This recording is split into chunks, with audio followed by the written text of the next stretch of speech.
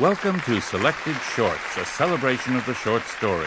The subject of this edition is A Touch of Magic. Andrew Lamb's The Palmist is performed by James Naughton.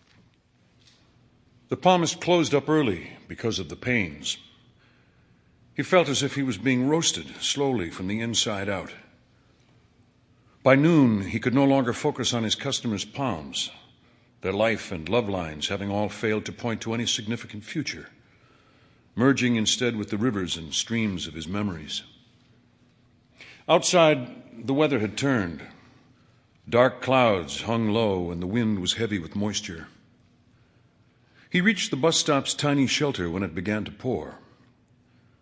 He didn't have to wait long, however. The good old 38 Geary pulled up in a few minutes, and he felt mildly consoled, though sharp pains flared and blossomed from deep inside his bowels like tiny geysers and made each of his 3 steps up the bus laborious.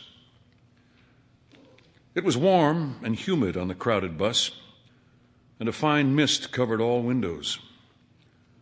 The Palmist sat on the front bench facing the aisle, the one reserved for the handicapped and the elderly.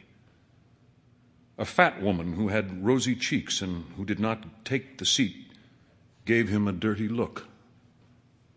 It was true. His hair was still mostly black, and he appeared to be a few years short of senior citizenship.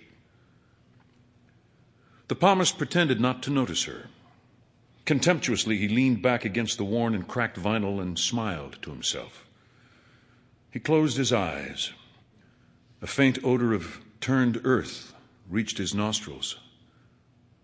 He inhaled deeply and saw again a golden rice field, a beatific smile, a face long gone, his first kiss.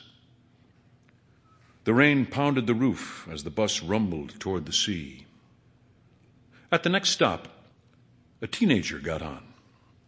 Caught in the downpour without an umbrella, he was soaking wet, and his extra-large T-shirt, which said, "Play hard, stay hard," clung to him. It occurred to the Palmist that this was the face of someone who hadn't yet learned to be fearful of the weather.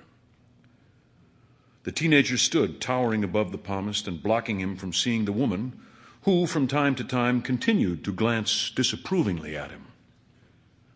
So young, the Palmist thought. The age of my youngest son, maybe, had he lived. The Palmist tried to conjure up his son's face, but could not.